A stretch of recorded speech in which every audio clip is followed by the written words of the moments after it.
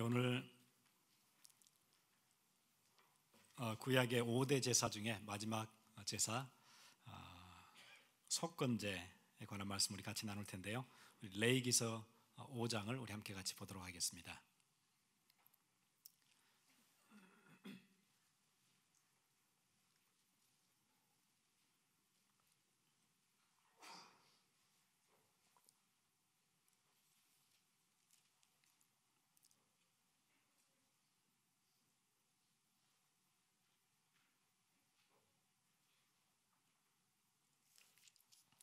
레위기서 5장 14절에서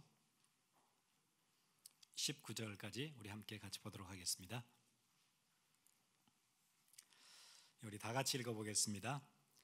여호와께서 모세에게 말씀하여 이르시되 누구든지 여호와의 성물에 대하여 부지 중에 범죄하였으면 여호와께 속건제를 드리되 내가 지정한 가치를 따라 성소의 세겔로 몇 세겔 은혜에 상당한 흠없는 순양을 양떼 중에서 끌어다가 속건제로 드려서 성물에 대한 잘못을 보상하되 그것의 5분의 1을 더하여 제사장에게 줄 것이요 제사장은 그 속건제의 순양으로 그를 위하여 속죄한즉 그가 사함을 받으리라. 만일 누구든지 여호와의 계명 중 하나를 부지 중에 범하여도 허물이라 벌을 당할 것이니 그는 내가 지정한 가치대로 양떼 중 흠없는 순양을 속건제물로 제사장에게로 가져갈 것이요 제사장은 그가 부지 중에 범죄한 허물을 위하여 속죄한즉 그가 사함을 받으리라. 이는 속건제니 그가 여호와 앞에 참으로 잘못을 저질렀음이니라. 아멘.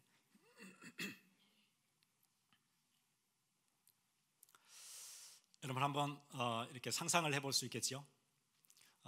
지금 계속 5가지 제사에 대해서 우리 말씀 나누고 있는데 지금 이 제사는 언제 가르쳐 주고 있냐면은 이스라엘 백성들이 출애굽한 지 얼마 안 됐어요. 한 1, 2년? 2년이 채 안 되는 이스라엘 백성들에게 하나님과 관계는 이렇게 회복해야 된다 하시면서 주신 말씀이 예배에 관한 5가지 제사 말씀을 주셨는데요. 노예에서 이제 막 나왔어요.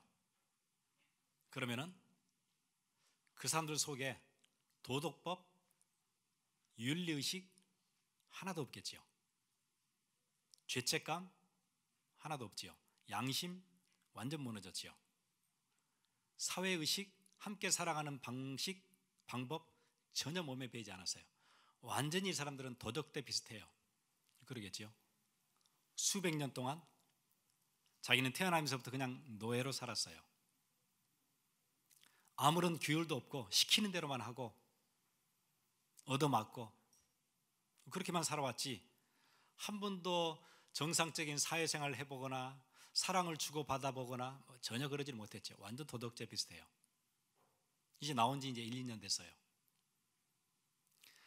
그래서 그 각인된 것, 틀리게 각인돼 있어서 평생 그렇게 살아가야 되는 그거를 가장 바꾸는 첫 번째 길로 레위기 말씀 주시면서 5가지 제사 얘기하세요. 번제, 소제, 화목제, 그 다음에 속죄제, 오늘 이제 5번째 속건죄.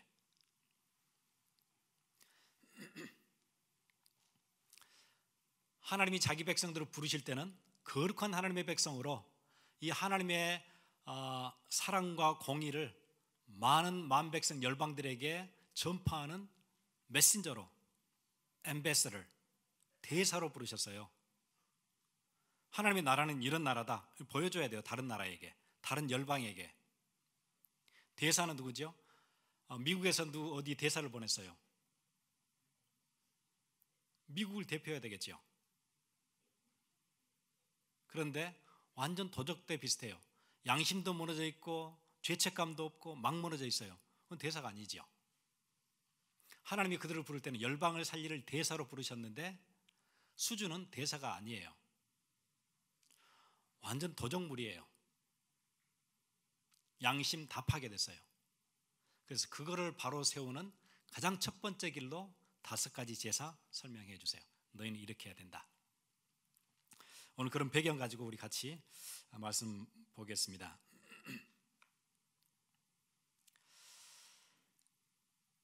하나님이 제사 제도를 두셨는데 예배와 제사에 관한 부분에서 하나님의 거룩한 물건인 성물에 관해서 잘못 범했을 때는 이렇게 해야 된다. 그렇게 주신 말씀이에요. 그게 5장 마지막이에요.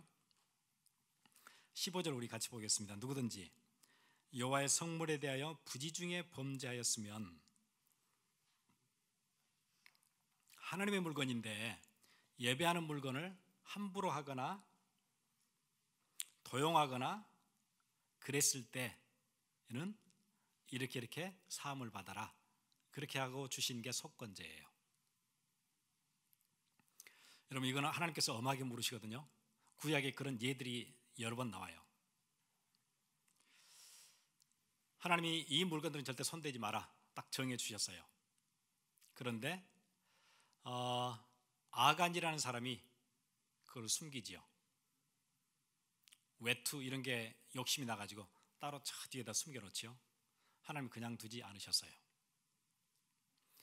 또 구약에 보면은 이런 대목이 또 나와요. 엘리의 아들들 두 제사장이 있었어요. 홈니, 그다음 비느하스라는. 하나님께 제물을 드리고 예배 드리고 난 뒤에 제사장의 몫은 따로 제사장에게 가면 돼요. 그런데 아직 예배도 시작하지도 않았어요. 제물을 먼저 건져다가 먹고 하지요.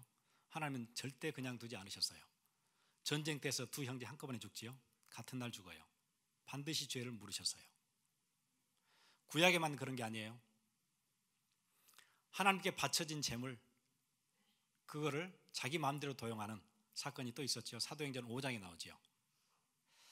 아나니와 삽비라. 사람들이 막 헌금하니까 자기도 인정받는 대열에 들어가고 싶었어요. 재산을 팔았어요. 하나님께 드린다고 얘기했어요. 사도들 앞에 가서 이게 내가 판 재산 전체입니다.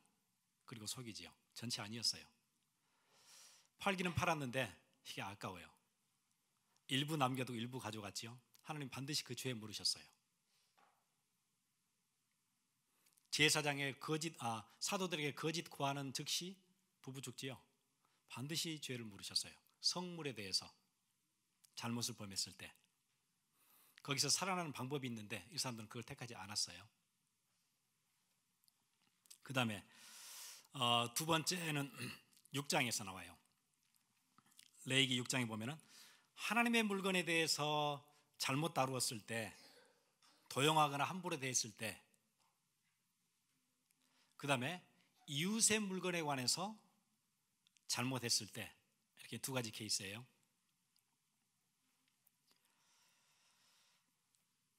육장에 보면은 여러분 그때는 고대 사회는 다 그렇죠. 은행이라는 이런 시스템이 없었어요. 금융기관이 없었기 때문에 내가 어디를 멀리 가야 돼요. 집에 내가 아끼던 귀중품이 있어요. 그럼 누구한테 맡겨야 되죠? 은행이 없는데 자기가 아는 사람에게 부탁하고 가야 되죠. 맡기고 가야 돼요. 그런데 여기에서 이제 문제가 빈번하게 발생을 해요. 갔다 왔는데 내 물건 다시 돌려달라. 그러니까 언제 맡겼냐? 이런 경우가 생기는 거예요. 언제 맡겼냐? 아니 그때 맡겼잖아. 나 받은 적 없다. 이런 경우가 자주 생기는 거예요. 두 개를 맡겼는데 두 번째 것은 내가 받은 적이 없다. 이런 경우가 계속 생기는 거예요. 그래서 그렇게 했을 경우에 지금 6장 한번 우리 같이 보죠. 여호와께서 모세에게 말씀하여 이르시되 누구든지 여호와께 신실하지 못하여 범죄하되 곧 이웃이 맡긴 물건이나 전당물을 속이거나 도둑질하거나 착취하고도 사실을 부인하거나 남의 잃은 물건을 줍고도 사실을 부인하여 거짓 맹세하는 등 사람이 이 모든 일 중 하나라도 행하여 범죄하면, 왜냐하면 양심 없이 살았어요. 도덕률도 없었어요. 윤리의식 완전 망가졌어요. 그렇게 수천 년, 수백 년 살아왔어요. 그냥요. 자기 인생 수십 년 살아왔어요. 물건 있으면 그냥 집어가요. 도덕률이 없으니까. 그리고 모른다고 얘기해요. 그런 경우에 그렇게 살면 안 되는 거예요. 그럼 대사가 안 되죠. 하나님의 자녀로서 이웃 나라에게 하나님을 소개해야 되는데 그게 안 되죠. 그렇게 살면요. 이웃의 물건에 대해서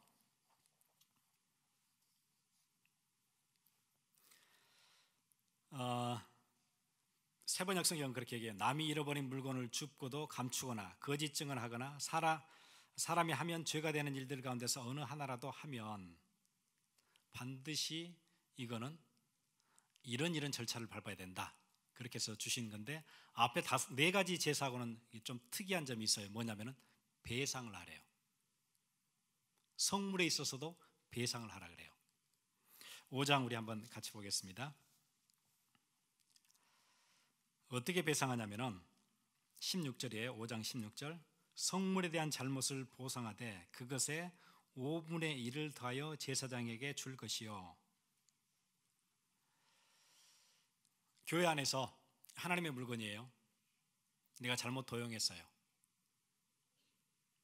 그런데 가치가 보니까 이게 한 1,000불 돼요. 그럼 어떻게 해야 되죠? 1,000불 전액을 배상해야 돼요. 거기다가 5분의 1을 더해서 줘야 된대요. 더해서 제사장에게 가져다 줘라. 그럼 1,000 얼마 줘야 되겠죠? 1,200불 줘야 돼요.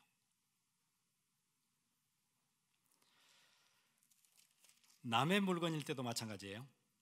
5절 보세요. 6장 5절.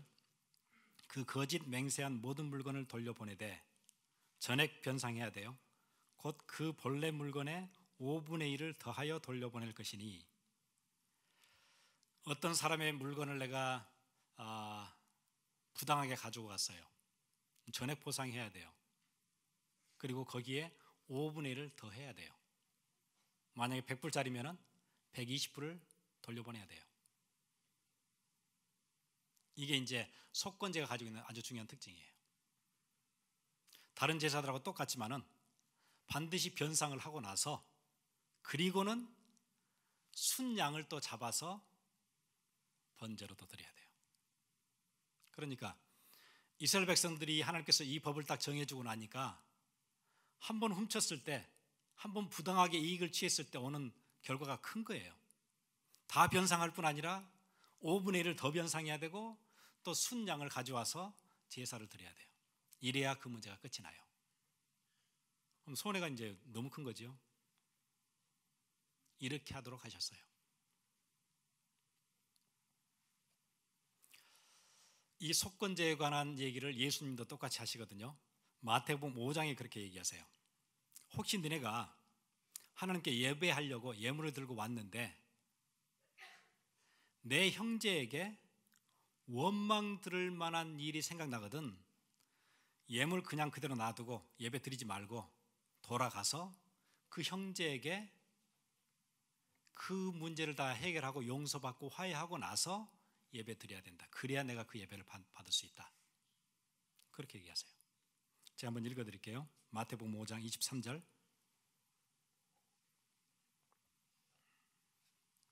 그러므로 예물을 제단에 드리려다가 거기서 내 형제에게 원망 들을 만한 일이 있는 것이 생각나거든 예물을 제단 앞에 두고 먼저 가서 형제와 화목하고 그 후에 와서 예물을 드리라. 먼저 할 게 있고 나중 할 게 있어요. 예배보다 먼저 형제와 화해하고 문제를 다 해결하고 와서 예배하라 그래요. 그게 속건제예요.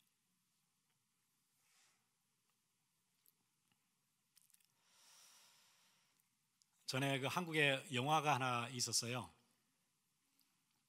그 영화 보면은 요즘 이제 세상 사람들이 기독교에 대한 시각, 교회 다니는 사람들 어떻게 이해하는지를 잘 볼 수 있는 그런 영화예요. 그 영화 보면은 어떤 한 여자가 남편이 사고로 죽게 됐어요. 그러니까 이제 애 하나 데리고 남편이 살던 고향으로 내려와서 이제 새로 정착해서 살려고 하는데, 남편 죽었으니까 이제 자식 하나 있는 게 그게 너무 귀한 자식이죠. 그런데 그 자식이 유괴를 당했어요. 키드냅 당해가지고 나중에 시체가 발견이 됐죠. 남편 잃고 자식 잃었어요. 인생이 완전 무너졌죠. 이렇게 원통하게 살고 있는 한 여자,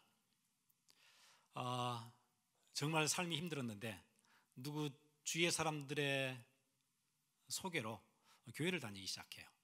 그러면서 그 상처 입었던, 억눌렸던 그 마음들을 조금씩 회복하기 시작해요. 좀 위로도 받고 또 구역에서 모이기도 하고 예배도 드리고, 그러다 보니까 성경에서 원수를 사랑하라고 얘기하는 말씀을 또 배웠어요. 그래서 나도 그렇게 해야 되지 않겠는가 생각이 들었던가 봐요. 정말 힘든 발걸음을 옮겨서 어디를 찾아가냐면은 자기 아들을, 자식을 유괴하고 죽였던 유괴범을 찾아가죠. 면담을 가요. 면회를 신청하죠. 교도소에 정말 그 어려운 마음이겠죠. 그 마음으로 그 유괴범을, 자기 아들을 죽였던 사람을 만나요. 그런데 거기 반전이 일어나요. 그 유괴범은 마음이 너무 평안한 거예요. 교도소에서 자기가 하나님을 만났대요. 하나님으로부터 자기의 모든 죄를 다 용서받았대요. 그래서 자기는 매일매일 평안하고 기쁘대요. 이 얘기를 듣고 여자가 뒤집어지지요. 그리고는 견디지를 못해가지고 밖에 나와가지고 막 토해내잖아요. 아니, 나도 용서를 아직 안 했는데 왜 하나님이 먼저 용서를 했냐는 거예요. 이런 부당한 일이 어디 있냐는 거죠. 난 아직 용서 안 했는데 왜 하나님은 먼저 용서했냐는 거예요. 이런 게 기독교냐는 거죠. 하나님이 정말 자기 백성들을 이렇게 다루셨나요? 그렇지 않았거든요. 그게 속건제예요.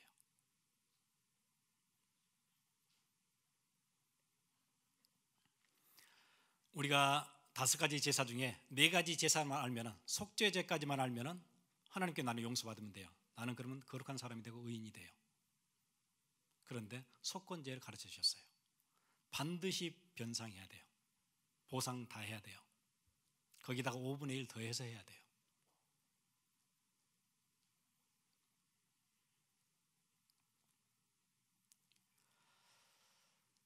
교회가 그 설명을 잘 못 해준 것 같아요. 많은 교인들은 그렇게 그냥 알고 있어요. 하나님이 용서해 주시면 나는 끝나는 거예요. 그럼 피해 당한 사람은 어떻게 하죠?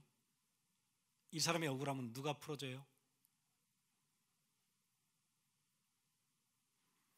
어떤 분이 와서 그런 얘기해요. 자기 어릴 때 자기 형제들이 있었는데 아버지가 그렇게 술 중독 때문에, 알코올 중독 때문에 아무튼 매일 밤 불안해서 제대로 잘 수 없을 만큼 폭행을 하고, 딸들은 머리채를 끌고 막 동네를 끌고 다니고 별일을 다 했대요. 그러면서 받았던 상처는 너무너무 크고, 그리고는 아내 성격 다 망가지고 그리 된 거예요. 그런데 그 아버지가 어느 날 예수를 믿게 됐어요. 그리고는 하나님께 용서를 받았대네요. 자기는 매일매일 감사한 생활, 할렐루야로 살아요. 그럼 피해자는요? 나머지 자식들은 어떻게 살아야 되죠?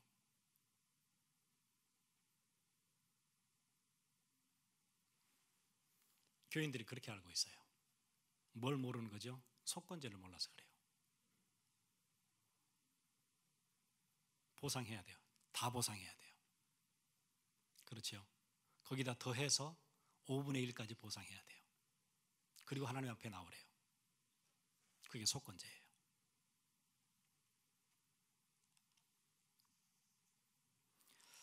먼저 할 게 있다고 성경이 얘기하죠. 예수님이 직접 얘기하세요.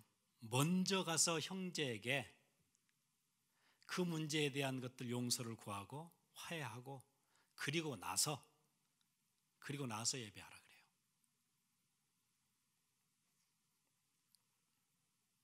프로세스가 그렇게 돼요. 혹시 여러분 어느 날 부지 중에 여러분이 어떤 사람에 대해서, 성물에 대해서 잘못했던 것이 생각나거든 뭐부터 하면 되죠? 프로세스가 어떻게 돼요? 찾아가야 돼요. 그리고 보상을 해야 돼요. 그리고 나서 하나님께 나와야 돼요.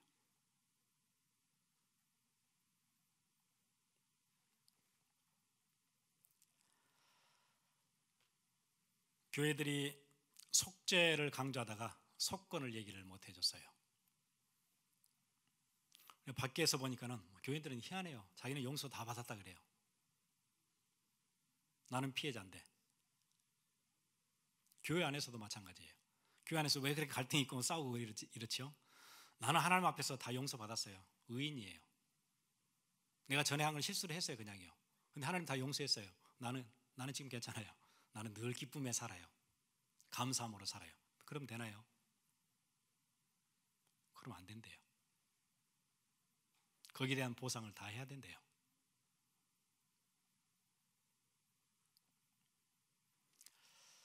그리고 특히 LA 오면은 이민 사회는 그런 거 많은 것 같아요. 한국에서 문제가 있었어요. 보상했었어야 돼요. 안 하고 그냥 바다 건너 왔어요. 그리고 신앙생활 하다가 감사가 넘쳐요. 그냥 기뻐요. 나는 늘 하나님 용서해 주셨으니까. 그런 사람이 너무 많아요.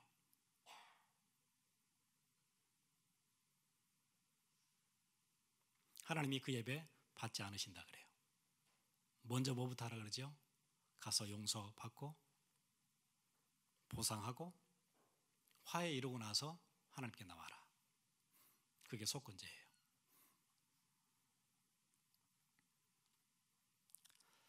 신약에 오니까 사도 바울이 그런 얘기를 해요.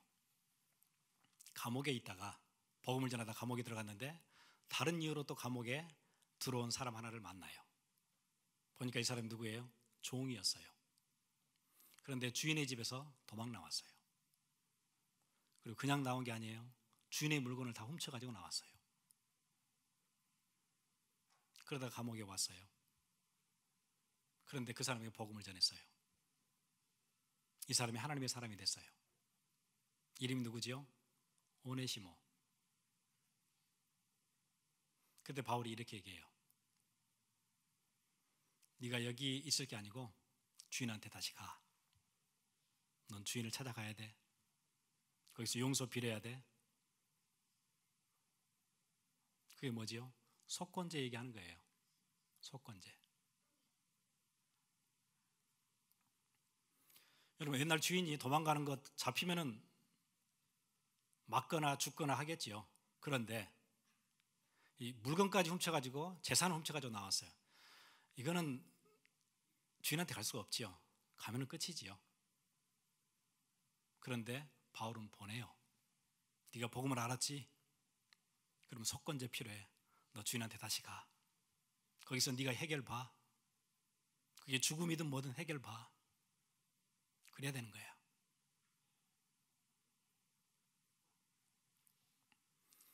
그러면서 바울이 그 주인이 누군가 봤더니 복음을 아는 제자예요. 빌레몬이라는. 그래서 빌레몬에게 그냥 보내질 않고 바울이 친필로 편지를 쓰지요. 원래 바울은 보통 친필로 쓰질 않았어요. 이게 편지를 써주는 사람이 있었어요. 더디오라고. 자기가 친필로 써요.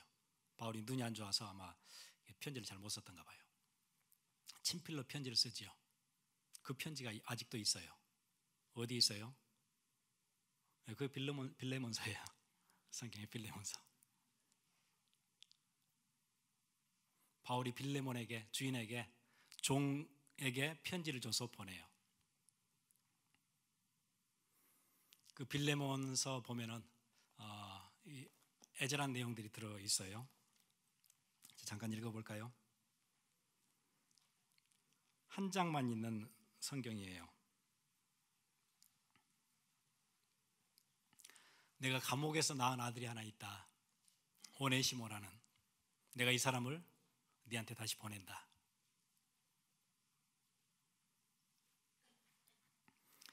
갇힌 자 중에서 낳은 아들 오네시모를 위하여 내게 간구하노라. 그가 전에는 내게 무익하였으나 이제는 나와 내게 유익함으로 내가 그를 돌려보내노니 그는 내 신복이라. 그는 나와 늘 함께 있는 내 제자야. 그런데 네 허락 없이는 내가 아무것도 하지 않을 거다. 그러면서 14절에 다만 내 승낙이 없이는 내가 아무것도 하기를 원치 아니하노니 네가 허락을 해줘야 그가 내게 다시 돌아와서 이 복음 사역을 같이 할 수 있을 거다. 네가 허락하지 않으면 내가 전혀 아무것도 하지 않을게. 그리고 이 사람은 돈 있는 사람이 아니야. 종이야. 그 돈 갚을 수 없지. I will pay back. 내가 갚을게. 그 내용이 나와요. 19절. 나 바울이 친필로 쓰느니 내가 갚으려니와 내 이외에 내 자신이 내게 빚진 것은 내가 말하지 아니하노라. I will pay back. 내가 다 갚아줄게. 이 사람은 돈이 없어. 뭔 얘기하는 거죠? 속건제 얘기하는 거예요.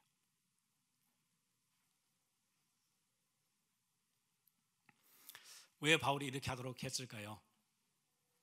이 사람이 너 하나님이 다 용서해줬어. 이제 자유하게 살아. 너는 완전 자유야.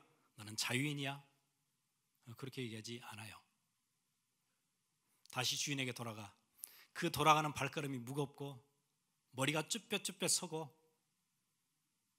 피가 마르는 두려움, 공포, 자지러질 것 같은 어려움이 있어도 그래도 너는 가야 돼.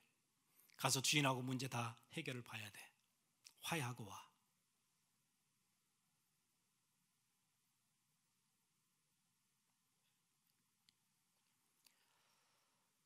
여러분, 그게 안 되면 제자로 설 수 있겠어요?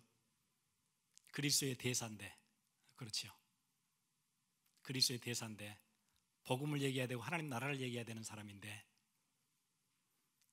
이게 자유하지 않고 이 문제가 끝나지 않고 어느 누구 앞에 자유할 수 있겠어요? 빌레몬을 위해서도 그렇고 오네시모를 위해서도 바울은 그렇게 하도록 했어요. 이게 구약에서만 있던 법이고 신약에 끝난 법이 아니었어요.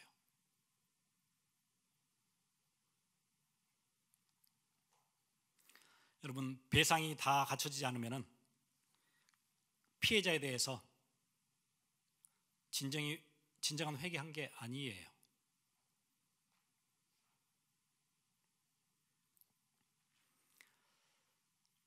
예수님이 가다가 죄인의 대표 한 사람을 만나죠. 유대사회에서 죄인의 대표 딱 두 사람이 있어요. 두 그룹이 창기와 세리예요. 근데 세리 중에서도 우두머리 세리장이에요. 삭개요. 이 사람은 자기 집에 어느 누구도 한번 놀러 온 적이 없어요. 죄인의 괴수인데 누가 놀러 가겠어요? 그 집을요. 굉장히 외로운 사람이에요. 돈만 있지 외로운 사람이에요. 자기는 늘 죄인이에요. 심한 죄책감에 살아요. 이 문제 해결 받을 길이 없어요. 돈으로 해결이 안 되잖아요. 그런데 어느 날 소문을 들었어요. 자기 마을로 예수님이 지나가신다는 얘기를 들었어요. 이 예수님, 내가 소문을 들어보니까 이분은 세리를 데려다 제자를 만드신 분이에요. 나를 이해할 수 있는 유일한 분, 내 인생에서 만나게 됐어요. 그분 보고 싶었어요. 뛰쳐나가지요. 사람들이 많아요. 볼 수가 없네요. 어디로 올라가지요? 뽕나무로 올라가요. 그런데 예수님이 지나가시다 뽕나무를 딱 보시는 거예요. 그러면 바로 이렇게 얘기하세요. 삭개오야, 내려오라. 내가 오늘 너네 집에 가서 유할게. 처음 듣는 얘기였어요. 단 한 명도 자기 집에 놀러 온 사람은 없었어요.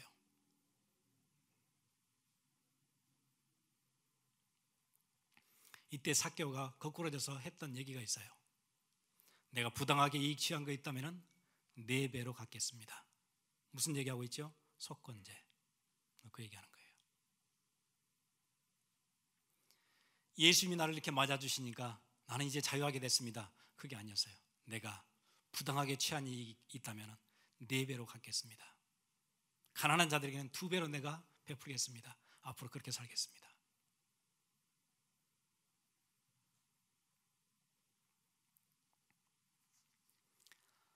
예배와 삶이 분리되지 않고 연결되어져 있는 중요한 모델들이에요. 우리가 복음 알면 이거 절대 놓치면 안 돼요.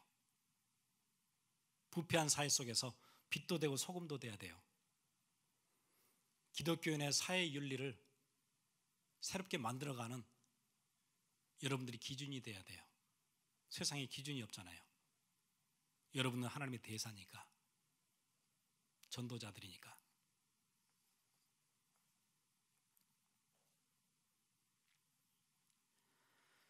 그래서 여러분, 구약 있는 유대인들의 제사제도 이해하는 것 굉장히 중요해요.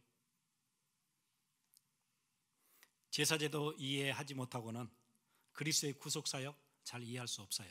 그 그림을 제대로 파악하기 힘들어요. 제사제도 안에는 우리를 살려주는 축복이 들어있어요. 우리를 살리는 축복. 그래야 내가 진짜 자유하게 되지요.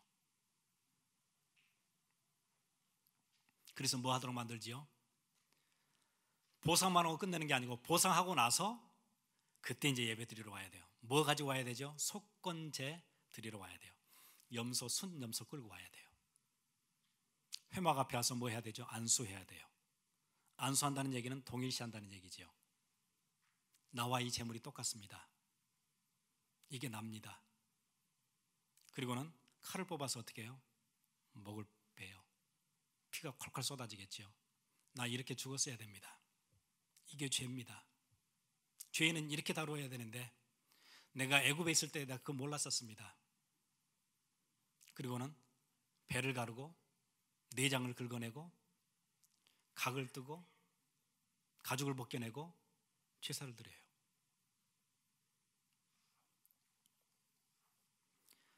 정상적인 감성을 소유한 사람이라면 자지러지겠죠. 그렇죠? 내가 이렇게 죽어야 되는데 아무 죄도 없고 흠없는 동물이 대신 죽어요. 이럴 수가 있어요. 죄가 뭔지 각인시켜 주시는 거예요. 이게 죄야. 죄는 이렇게 죽어져야 돼.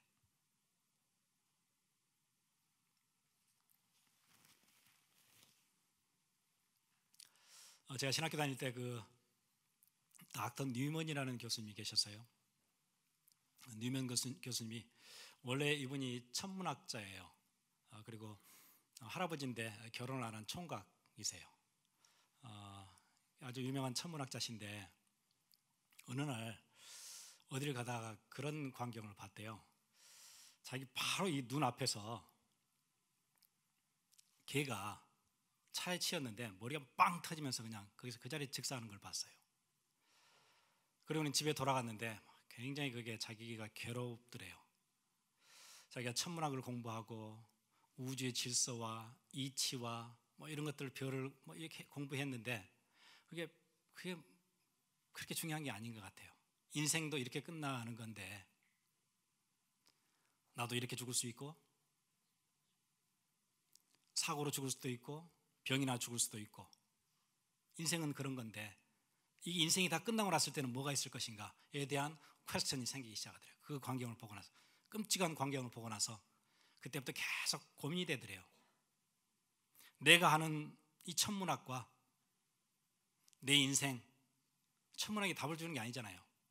내 인생 내 마지막을 책임져 주는 게 아니잖아요. 이게 답을 찾아야 되는 거 아니냐. 그리고는 복음 앞에 돌아왔어요. 그리고는 신학을 처음부터 다시 공부했어요. 그는 교수가 되신 거예요.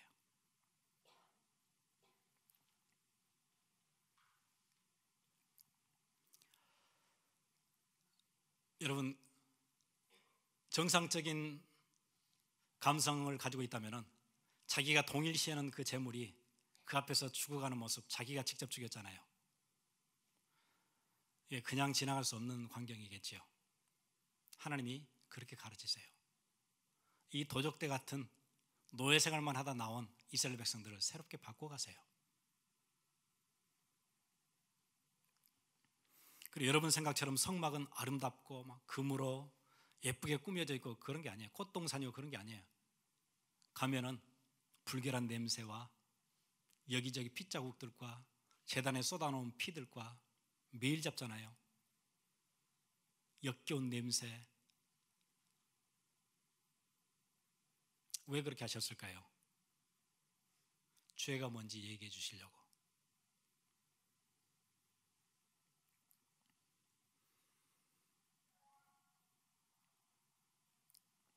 가장 중요한 키 여기 있지요. 하나님과 우리 인간 사이에 그 틀어진 관계를 화해시키려고, 회복시키시려고 누가 오셨어요? 그냥 내가 용서한다 하시면 되는데 그렇게 하지 않으셨어요. 직접 오셔서 보상하셨어요. 누가요? 창조주가 육신의 몸을 입고 이 땅에 오셨어요. 그리고는 속죄의 제물을 대주셨어요. 속건제로 직접 자기 몸을 들이시고 피 흘리시고 여러분의 죄를 대신해서 죽으셨어요. 그분이 그리스도예요. 우리 같이 기도하겠습니다. 그래서 하나님과 우리 사이에 진정한 화해를 시켜주셨지요.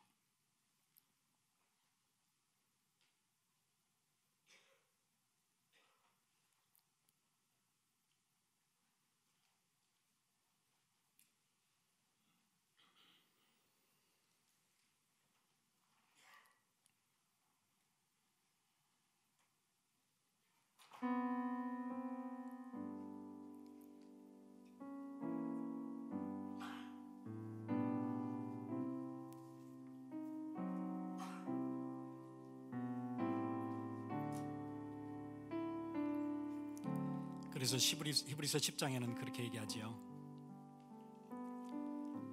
하나님의 아들 그리스도의 언약의 피를 대수롭게 여기지 말라 그래요. 그리스도의 피를 대수롭게 여기는 자는 은혜의 성령을 모욕한 사람이라 그러지요.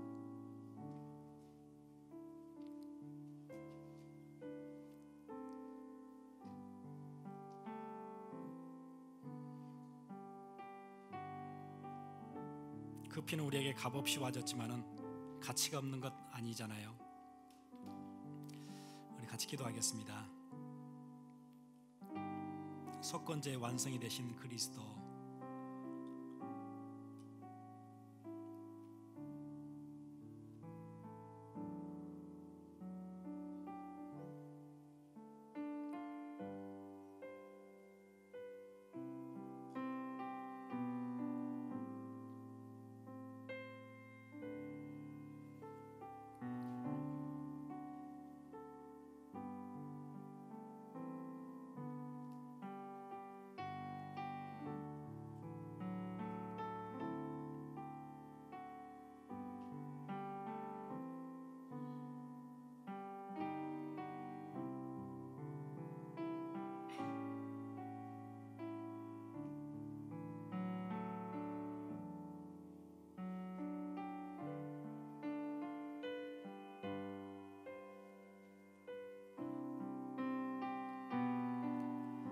이 그리스도가 여러분의 그리스도, 여러분 개인의 그리스도가 되지 않으면 여러분의 죄는 살 길이 없는 거예요.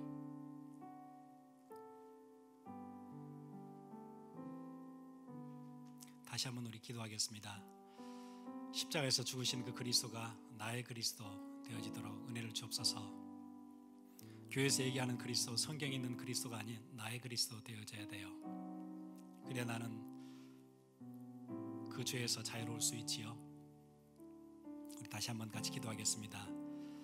우리가 연약할수록 그리스도 더 붙잡는 은혜가 있게 해 주옵소서.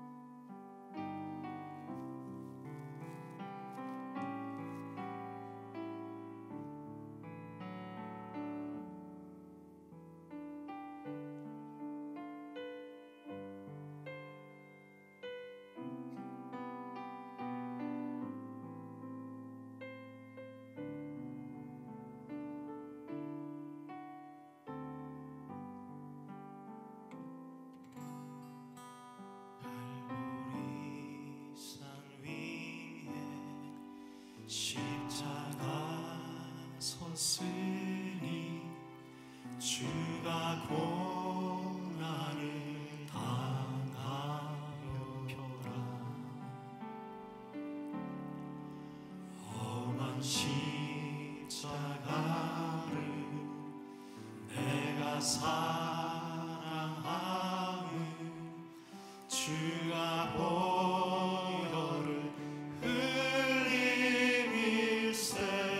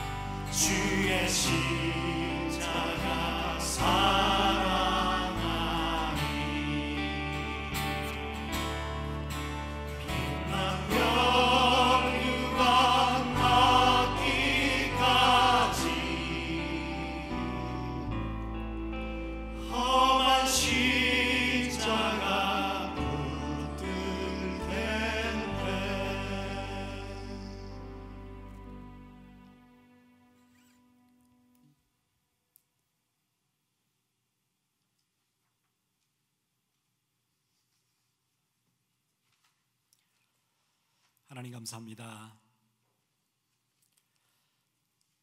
우리 삶에 오는 여러 가지 잘못들,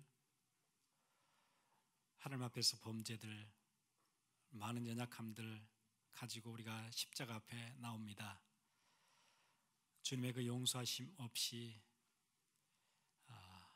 그 예배 없이 우리가 그 문제 해결할 수 없는데, 십자가에서 모든 죄를 용서하시고 우리를 새롭게 하시는 그 주님, 그리고 우리에게 이제 하늘나라의 대사로 우리를 전도자로 부르신 그 주님, 이제 속건제의 원칙을 따라 하나님이 우리에게 주시는 지혜를 따라 우리가 부당하게 또 잘못했던 많은 것들을 하나님 앞에서뿐만 아니라 이웃과도 화해하고 우리 이웃과도 화목하게 되는 은혜가 시작되게 주께서 은혜를 베풀어 주옵소서. 지금 우리를 하나님의 영광스러운 제자로, 복음을 전하는 전도자로, 하늘나라의 대사로 그렇게 부르신 그 은혜 부르심에 감사드리는 귀한 예물들 주께서 받으시고 두 손으로 복을 내려주시기를 간절히 원합니다. 우리 속에 복음이 그냥 들어온 게 아니고 우리 것이 되어지는 은혜가 있게 하시고 그리스도가 들었던 그리스도가 아니고 나의 그리스도로 붙잡아지는 새로운 은혜가 있게 해 주옵소서. 지금은 우리를 구원하신 예수 그리스도의 놀라우신 은혜와 하나님 아버지의 무한하신 사랑하심과 성령님의 감화 감동 교통하심이 지금 이 자리에 속건제의 은혜를 따라 하나님과 우리 이웃과 새로운 화목과 교제, 화해가 회복되어지는 큰 은혜 가운데 들어가기 원하는 주의 귀한 백성들 머리 위에 지금으로부터 영원토록 함께 있을지어다.